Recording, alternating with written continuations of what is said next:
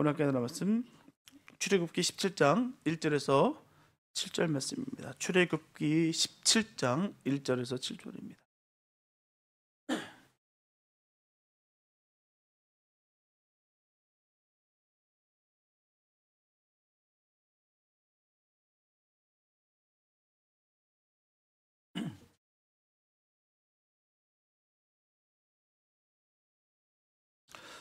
출애굽기 17장 1절에서 7절 말씀입니다. 주님의 귀한 말씀 우리 한 목소리 함께 합독하시겠습니다. 시작.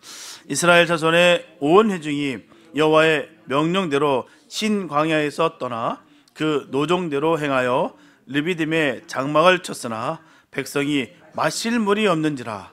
백성이 모세와 다투어 가로되 우리에게 물을 주어 마시게 하라. 모세가 그들에게 이르되 너희가 어찌하여 나와 다투느냐? 너희가 어찌하여 여호와를 시험하느냐? 거기서 백성이 물에 가라매 그들이 모세를 대하여 원망하여 가로되 당신이 어찌하여 우리를 애굽에서 인도하여 내어서 우리와 우리 자녀와 우리 생축으로 목말라 죽게 하느냐? 모세가 여호와께 부르짖어 가로되 내가 이 백성에게 어떻게 하리까? 그들이 얼마 아니면 내게 돌질하겠나이다. 여호와께서 모세에게 이르시되 백성 앞을 지나가서 이스라엘 장로들을 데리고 하수를 치던 내 지팡이를 손에 잡고 가라.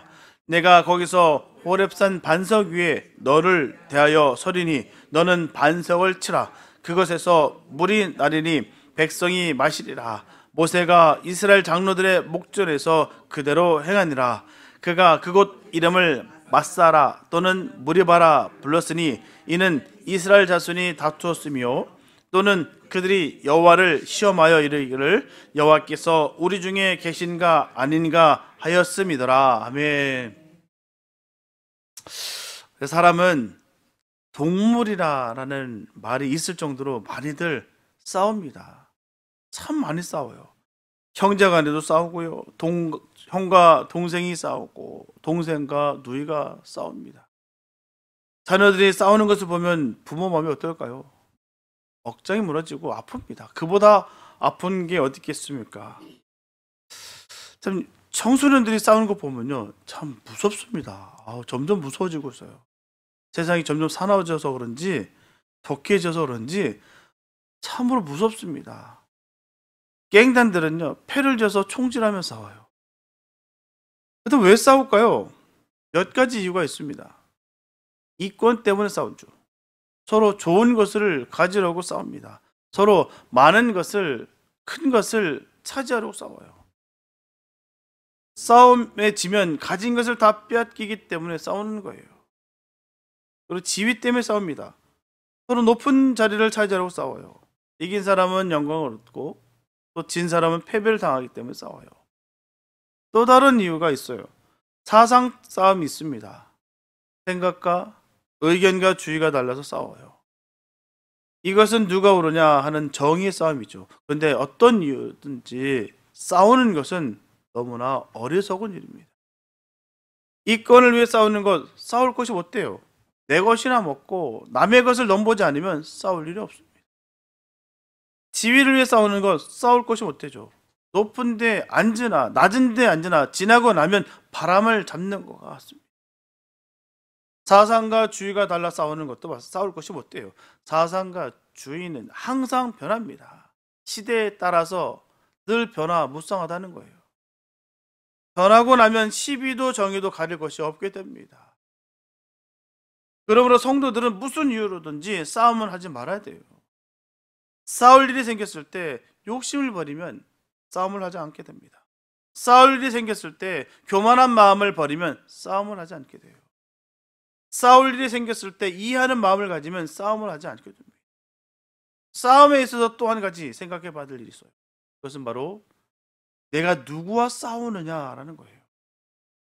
형제 간에는 싸우면 안 되죠. 부부 간에도 싸우면 안 됩니다. 부모와는 싸우면 안 됩니다. 동족 간에, 교인 간에 싸우면 안 됩니다. 아무하고도 싸우면 안 돼요.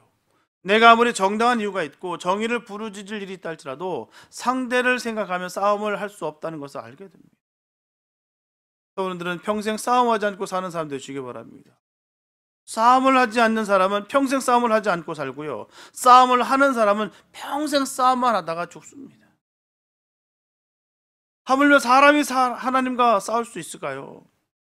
그럼 말도 안 되는 말이죠. 하나님과 사람이 싸우는 것. 사람이 어떻게 하나님과 싸우겠습니까? 사람은 하나님과 싸울 수가 없어요. 그런데 종종 하나님과 싸우는 사람들이 있어요. 싸우는 정도가 넘어서 삿대질하는 사람이 있습니다. 옛날에 욥은 말하기를 사람은 하나님과 변론조차 할 수 없다라고 말했습니다. 욥기 9장 3절에 보면 사람이 하나님과 쟁변하여 할지라도 1000마디에 한마디도 대답하지 못하리라. 그런데 예수님과 논쟁을 일삼는 사람들이 있었죠. 그들은 바로 바리새인들과 서기관들과 대제사장들이었어요. 그들은 예수님이 율법을 어겼다고 따져들었습니다. 예수님이 안식을 범했다, 정죄했어요. 예수님이 성전을 못 얻겠다, 공격했습니다. 예수님께서 자신이 모퉁이의 머릿돌이 된다는 것을 증거하실 때에 이 돌 위에 떨어지는 자는 깨어지겠고 이 돌이 사람 위에 떨어지면 그 사람을 가루로 만들어 흩으리라 라고 말씀하셨어요. 예수님과 논쟁을 벌이고 예수님을 십자가 못 박은 사람들이 어떠한 형벌을 받으리라는 것은 말할 필요조차 없습니다. 당연히 마땅히 그들은 지옥불에 떨어질 거예요. 오늘 우리는 이스라엘 백성들이 애굽을 떠난 후에 르비딤에서 하나님과 논쟁을 벌인 것을 살펴보려고 합니다. 왜 그들이 하나님과 논쟁을 했을까요? 무슨 말로다가 하나님을 시험했을까요? 하나님과 다툰 결과가 어떻게 되었는가를 우리가 생각해 보고자 합니다. 이스라엘 백성들이 신광야를 떠나서 르비딤의 장막을 쳤어요. 그것은 하나님의 명령대로 자리를 옮긴 것이에요. 그들이 원해서 그들이 정말 바라는 바에 의해서가 아니라 하나님의 명령대로 하나님이 원하시는 대로 바로 그 르비딤에다가 장막을 치게 됩니다. 어떻게 르비딤의 장막을 칠 것을 결정했을까요? 바로 구름 기둥과 불 기둥의 인도함을 따라서 하다가 불 기둥과 구름 기둥이 머물러 서는 곳에 하나님이 지시하는 곳인 줄 알고 장막을 쳤어요. 그런데 르비딤의 장막을 치고 보니까 마실 물이 없습니다. 마실 물이 없어요. 어디에 장막을 치든 자리를 잡으면 제일 먼저 필요한 것이 물입니다. 당장 필요한 것이 물이에요. 물이 있어야 가란 목을 적시고 음식을 만들고 씻고 짐승에게 물을 먹여야 될 텐데 장막을 치고 보니 물이 없었어요. 가장 중요한 그 물이 없었습니다. 하나님이 르비딤의 장막을 치라고 했으니까 하나님께서 이스라엘 백성들에게 물이 있어야 할 것을 알았을 것이다라는 것이죠. 근데 하나님께서 이스라엘 백성들에게 물을 줘야겠다는 계획이 분명히 있으셨을 것을 깨달았다는 것이죠. 그렇다면 백성들이 물이 없다는 것을 알았을 때 어떻게 하는 것이 순서였을까요? 하나님 물이 없습니다. 물을 주세요. 우리를 애굽에서 구원해 주신 것을 너무 감사합니다. 홍해를 가르셨고요. 육지같이 건너게 해주신 것 너무너무 감사합니다. 마라에 쓴 물을 달게 해주신 것 감사하고요. 매일 아침마다 만나를 주신 것 너무너무 감사합니다. 만나를 주시는 하나님께서 물도 주실 줄로 믿습니다. 하나님 물을 주세요. 물을 주시면 하나님께 영광 돌리겠습니다. 이게 순서였겠죠. 그런데 이스라엘 백성들은 그렇게 하지 아니하고 하나님과 싸움을 걸었다는 거예요. 하나님과 논쟁을 벌였어요. 왜 우리를 애굽에서 이끌어내셔서 우리와 우리 자녀들과 생축으로 하여금 이 목말라 죽게 하십니까? 하나님이 정말로 우리 가운데 계시는지 우리 시험해 봐야 되겠다. 물을 주시면 하나님이 우리 중에 계신 것이 틀림없고 물을 주시지 않으면 하나님은 우리를 버리는 것이 틀림없다. 그런 하나님은 믿을 수가 없다. 문제는 말로만 하는 것이 아니었고요. 돌을 들어 모세를 치려고 했다. 물이 문제가 아니었어요. 물보다 더 큰 문제가 있었습니다. 왜 우리를 애굽에서 이끌어내었느냐는 것이에요. 왜 우리를 애굽에서 잘 먹고 잘 살고 있는 우리를 왜 굳이 이런 곳에 우리를 끌어오셨느냐. 우리는 애굽에 사는 것이 훨씬 좋습니다. 우리는 애굽을 떠나는 것을 결코 원치 않았습니다. 왜 우리를 애굽에서 이끌어내셔서 이 고생을 시키십니까? 라는 거예요. 애굽을 떠나는 것이 잘못이라는 생각이 이스라엘 백성들의 마음을 지배하고 있었다는 것입니다. 그 생각이 무슨 일만 생기면 불쑥불쑥 불평불만이 쏟아져 나오는 거예요. 우리들의 모습 속에서도 한번 보시기 바랍니다. 꼭 넘어지는 것에서 넘어져요. 기다렸다는 듯이 말입니다. 무슨 일만 생기면, 그 일만 생기면 그냥 돌변해서 그 믿음 은혜 싹 다 까먹고 그렇게 불평불만이 막 쏟아져 나와요. 왜일까요? 우리들 마음에 무엇이 지배하고 있는가를 봐야 됩니다. 그들에게는 늘 그 마음속에 그 애굽을 왜 떠냈을까? 살기 좋았는데, 그래도 빌어먹을지라도 내가 고기라도 얻어먹고 살았는데 내가 왜 이 고생을 하고 있는가? 그들 마음을 지배하고 있었다는 것이죠. 그래서 불쑥불쑥 튀어나오는 거예요. 벌써 모세를 원망하고 나서는 것이 4번째입니다. 한두 번도 아니에요. 그래서 마치 땅속에 흐르고 있는 용암이 지각이 엷은 곳에 흐르면 화산으로 폭발하는 것 같다는 거예요. 언제 터질지 모르고 언제 이게 증폭될지 모르는 그 상황을 계속 지속적으로 갖고 있다는 거예요. 우리 신앙도 그렇지 않은가 잘 살펴보시기 바랍니다. 언제라도 폭발할 준비가 다 돼 있는 양, 그렇게 신앙생활하고 있는 것이 얼마나 많은지 몰라요. 그 일만 터져봐라, 그 일만 있어봐라, 나만 건드려봐라, 이런 경우가 얼마나 많은지 몰라요. 어떤 분 그래요. 저는요, 안 건들면 저는 화 안 내요. 뭔 말인지 모르겠어요. 누가 안 건드리니까 화 안 내는 건 당연한 거 아니겠어요? 건드려도 화 안 내는 게 성숙한 거지. 저는 안 건드리면은 저는 화를 내는 사람이 아닙니다. 아주 자랑스럽게 얘기하길래 속으로 참, 그 말도 아니고 이거는 뜻도 아니고 뭐지? 예, 말이 아니에요. 예.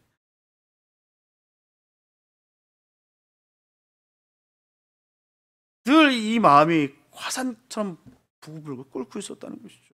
그 생각을 돌이키지 않는 한 언제 또 모세를 원망하고 나올지 알 수 없는 일이었다는 거예요. 왜 그 문제가 이스라엘 백성들의 가슴에 사무쳤을까요? 그래서 바로 애굽을 떠나온 것이 자기들의 결정이 아니었고요, 하나님의 결정이었기 때문이에요.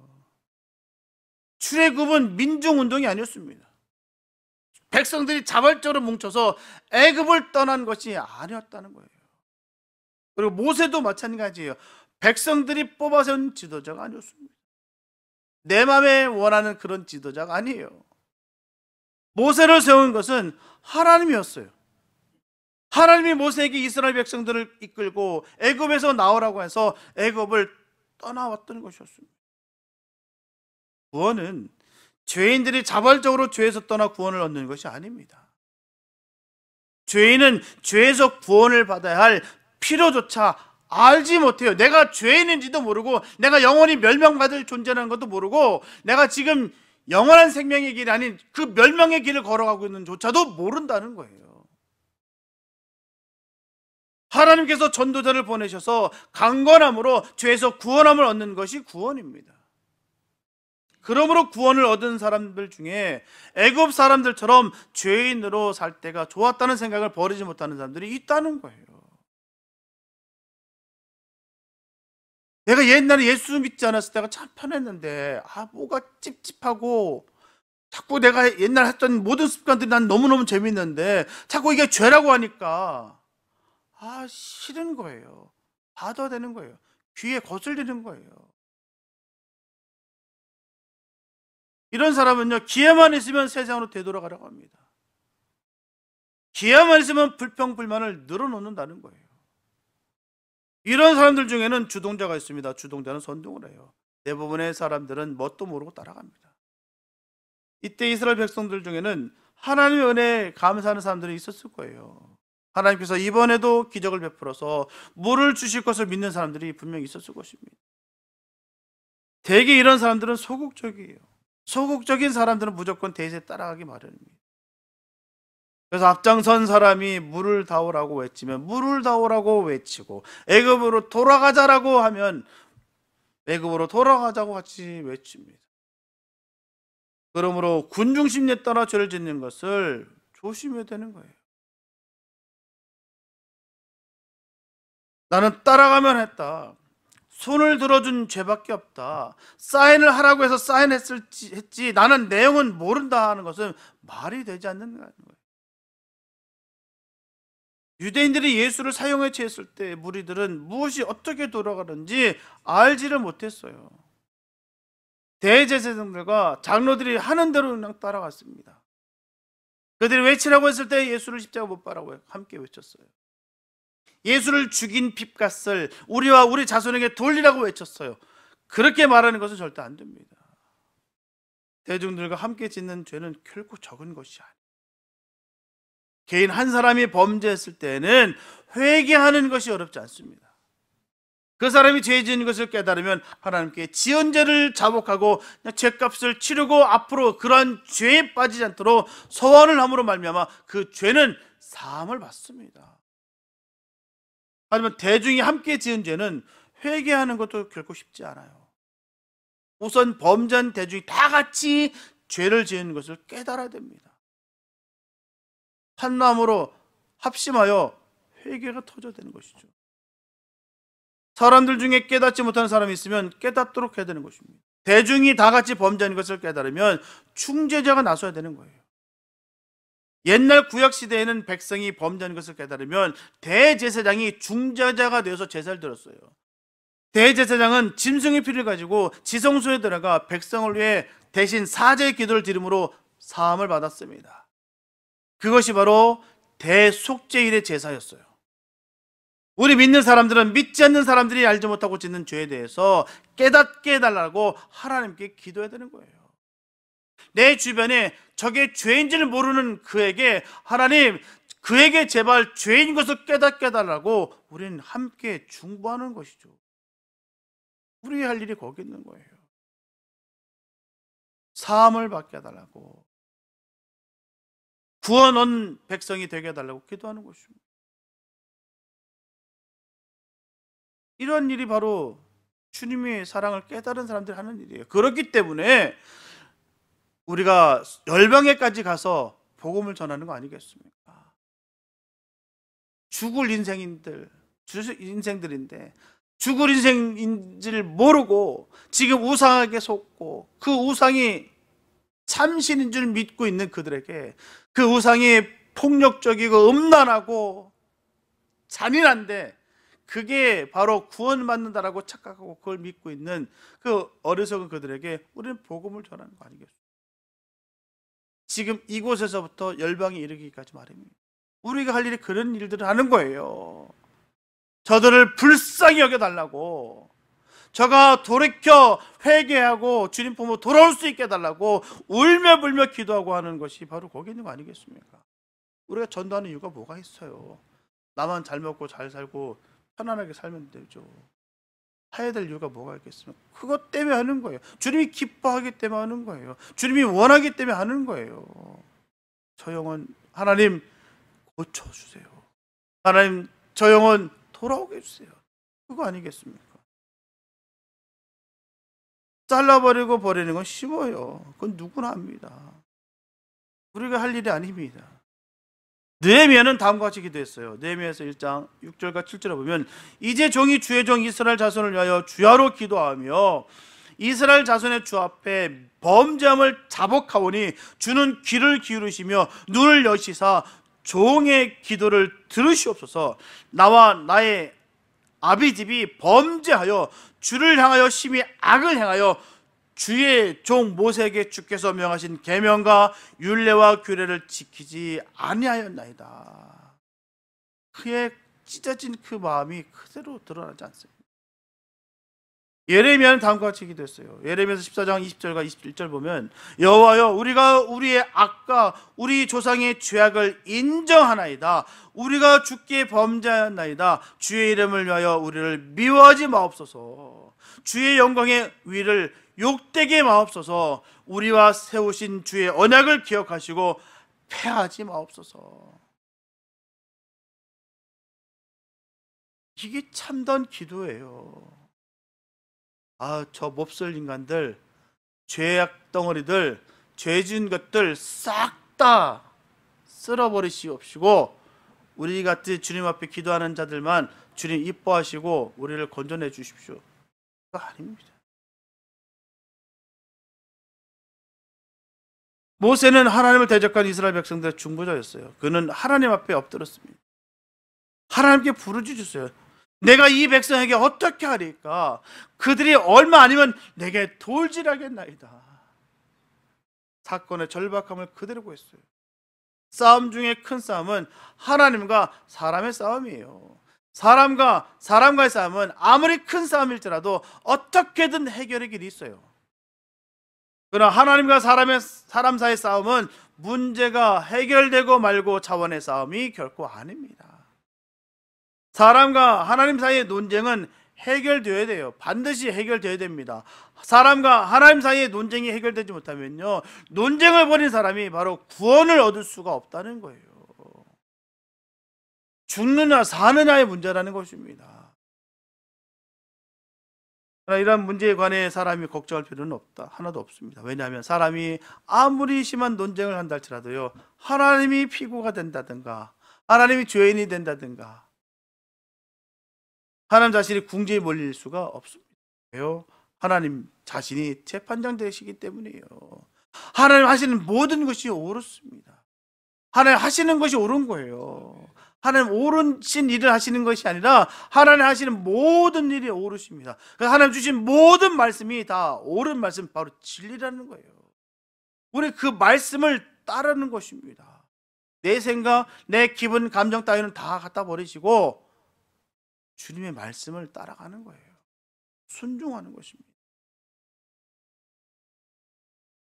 온 세상이 일어나 하나님과 논쟁을 벌인다 할지라도 우리는 조금도 두려워할 필요가 없습니다. 사도 바울은 빌립보서 1장 28절에서 분명히 전하고 있기를 아무 일에든지 대적하는 자를 인하여 두려워하지 아니하는 이 일을 듣고자 함이라. 이것이 저에게는 멸망의 빈거요 너에게는 구원의 빈거니 이는 하나님께로부터 난 것이니라. 하나님을 대적하는 사람 내에 조금도 두려울 필요가 없어요. 잘 보십시오. 우리는 결단코 그가 가지고 있는 힘과 그가 가지고 있는 모든 능력 전혀 우리가 두려울 이유가 없습니다. 하나님과 대적하는 그의 모든 것 말입니다. 저들 떠드는 것은 멸망의 빈거가 되는 거예요. 그들이 하는 말 전부가 범죄록에 기록됩니다. 그들이 주장한 주장 때문에 정죄를 받습니다. 우리는 그들을 위해 기도만 하면 되는 거예요. 사실만 말하면 됩니다. 그로 인해 우리는 구원 얻는 빈거가 되는 거예요. 모세는 하나님의 심판을 기다리고 있었습니다. 사람으로서 할 일은 다 했어요. 하나님이 하실 일만 남았습니다. 보면 5절과 6절을 보면 여호와께서 모세에게 이르시되 백성 앞을 지나가서 이스라엘 장로들을 데리고 하수를 치던 네 지팡이를 손에 잡고 가라. 내가 거기서 호렙산 반석 위에 너를 대하여 서리니 너는 반석을 치라. 그것에서 물이 나리니 백성이 마시리라. 모세가 이스라엘 장로들의 목전에서 그대로 행하니라. 하나님께서 모세에게 백성 앞을 지나가라고 명령하셨어요. 백성들은 지금 돌을 들고 치려고 기다리고 있었습니다. 그래서 하나님은 너는 장로들을 데리고 백성 앞을 지나라고 하셨어요. 지시빈 장로들은 모세의 협조자입니다. 보호자였어요. 장로들의 호의를 받음으로 말미암아 모세의 신변을 지켜주셨다는 거예요. 하나님은 모세가 하나님부터 받은 사명을 완수할 수 있도록 바로 장로들의 그 보호를 받도록 하셨어요. 장로들은 증인들이었습니다. 하나님이 하시는 일을 백성들에게 증거할 증인들이었어요. 그리고 또 이 장로들은 앞으로 되어질 일을 책임질 책임자들이었다는 것입니다. 하나님은 모세에게 하수를 치던 네 지팡이를 잡고 가라고 말씀하셨어요. 그 지팡이는 모세가 그 미디안 들판에서 양을 치던 그런 그 지팡이였습니다. 그러나 그 지팡이는 기적을 행하던 지팡이였죠. 그 지팡이는 던지면 뱀이 되고 잡으면 지팡이가 되는 지팡이였어요. 그 지팡이로 하수를 쳤을 때 물이 피로 변한 지팡이였습니다. 하나님은 그 지팡이를 잡고 가라고 말씀하셨어요. 하나님은 모세로 하여금 그 지팡이로 또 하나님이 하시고자 하는 일을 나타내 보시라고 그 지팡이를 잡고 가라 말씀하셨습니다. 하나님은 한 번 기적을 행한 지팡이로 또 기적을 행하게 하신다는 거예요. 하나님이 주시는 은사는 한 번만 쓰고 버리는 것이 아닙니다. 바르게 쓰고 정직하게 쓰면 하나님은 한 번 주신 그 은사로 인하여 여러 번 지금 쓰실 때까지 그 기적을 행하게 하신다는 거예요. 베드로는 성전 비문에 앉은 맹인을 일으켰고요, 죽은 도르가를 살렸고요, 중풍병으로 누운 애니아를 일으켰습니다. 사도 바울은 루스트라에서 나면서 앉은 맹이 된 사람을 걷게 했고요, 빌립보에서 귀신 들린 여자를 고치고 죽은 그 유두고를 살렸습니다. 하나님께서 모세에게 하수를 치던 지팡이를 잡고 가라고 하시는 것은 모세에게 용기를 주기 위함이었다는 것입니다. 지팡이에 무슨 영험한 능력이 있었던 것이 아니에요. 꼭 그 지팡이여만 되는 것이 아니었습니다. 바로 주님께서 함께 하시고 있다는 것을 증거해 보여주셨다는 거예요. 양을 쳤을 때도 그 지팡이를 던졌을 때 뱀이 되고, 그 뱀을 집었을 때 지팡이였던 그 지팡이가 그 모든 일을 행했던 그 순간까지 하나님이 함께 하셨다, 그걸 주님께서 일러주셨다는 사실입니다. 우리 이 사실을 결코 잊지 마시기 바랍니다. 내가 기쁠 때나 슬플 때나, 내가 힘을 얻었을 때나, 내가 위기 상황 속에 있을 때나 우리 주님은 동일하게 함께 하셨다는 거예요. 우리는 자꾸 이럴 때가, 하나님 어디 계십니까? 내가 너무너무 힘들고 고통스러운데 하나님 어디 계세요?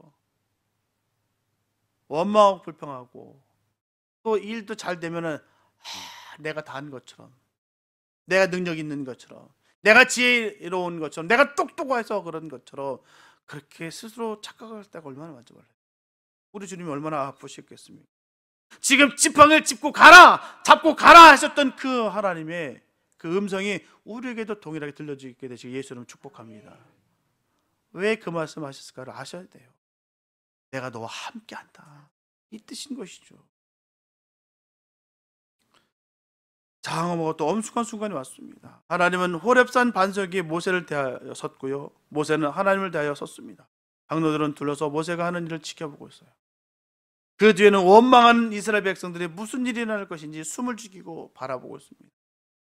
무슨 일이 날?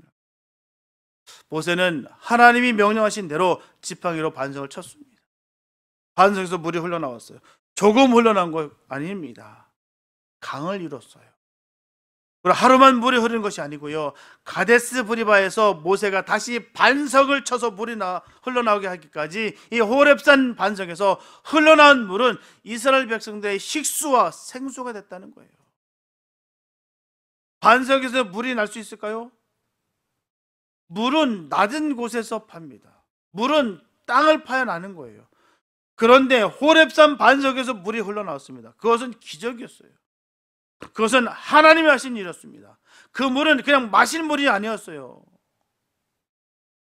그 물이 어떻게 해서 흘러나오게 되었는지 알고 마셔야 될 그런 복된 물이었습니다.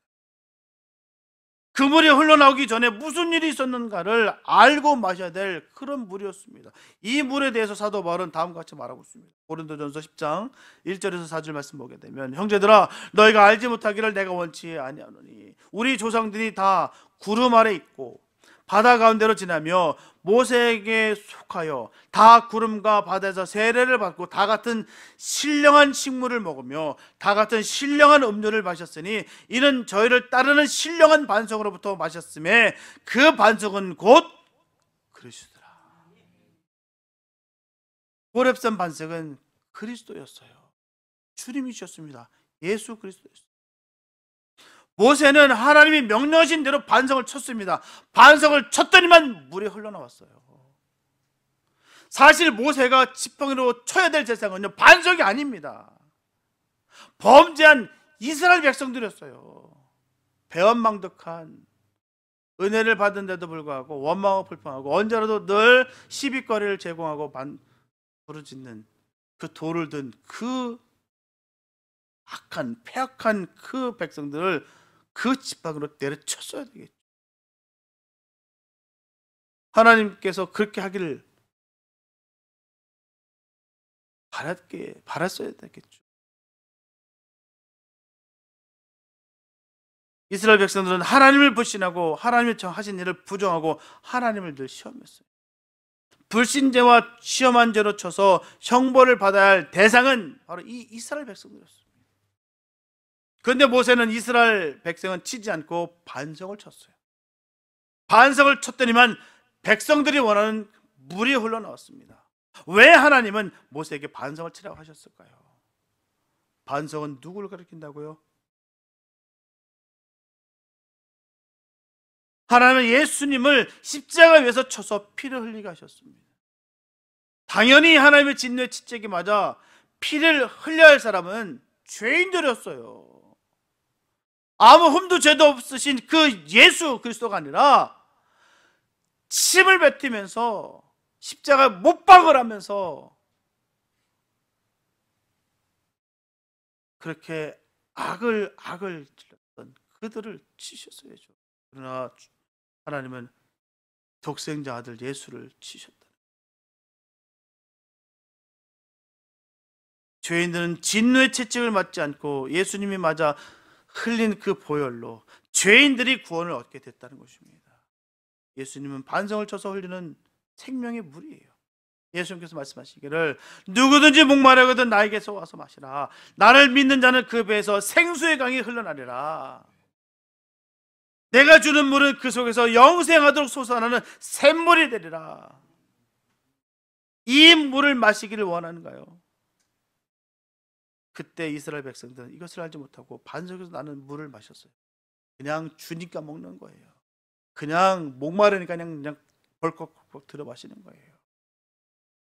마땅히 줘야지. 우리가 여기까지 왔는데 마땅히 줘야 될 거 아니야. 그러고 마시는 거예요. 저희들이 맞아 피를 흘려야 될 대신으로 반성을 쳐서 흘러나오는 물로 저희들이 그 물을 마시고 살게 됐다는 것을 깨닫지 못했다. 모르기는 하나 물을 서로 마시려고 싸우는 사람도 있었을 거예요. 그 물을 기르다가 장사하는 사람도 있었겠죠. 그 물을 마시고 병 고침을 받은 사람도 있었을 거예요. 그리고도 하나님을 불신하고 하나님을 시험한 죄를 회개하잖아. 그러다가 가데스의 무리바 물에서 더 큰 죄를 짓습니다. 르비딤 반석에서보다 10배나 더 큰 죄를 짓니다. 르비딤에서는 애굽으로 돌아가자고 했으나 이 가데스에서는 죽여다오, 죽여 없어지자라고 소리쳤어요. 그 서술의 모세와 아론도 범죄합니다. 우리가 물을 주겠다. 하나님이 아니라 우리가 주겠다. 하나님이 칠한 반석을 2번이나 지팡이로 쳐서 하나님 영광 가려버렸어요. 그 일로다가 모세와 아론이 가나안 땅에 들어가지 못하는 불상사가 생기게 됩니다. 그 모든 책임이 장로들에게 있었어요. 장로들이 모든 일을 보고 듣고 알고 있었으니까 백성들이 얼마나 무서운 죄를 짓고 있다는 것을 깨닫고 회개하도록 했어야만 했습니다. 회개된다. 니들이 지금 이럴 때가 아니다. 이 반석을 치게 하심으로 말미암아 그 물이 터져 나왔고 그 불로 인해서 우리가 살았다.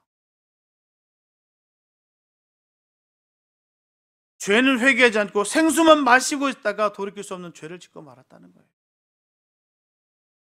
하나님은 죄인의 죄를 회개하면 복을 주십니다. 그런가 하면 죄를 회개하지 않는데도 불구하고 복을 주시는 때가 있어요. 그것은 복을 먼저 받고 회개하라는 말이에요.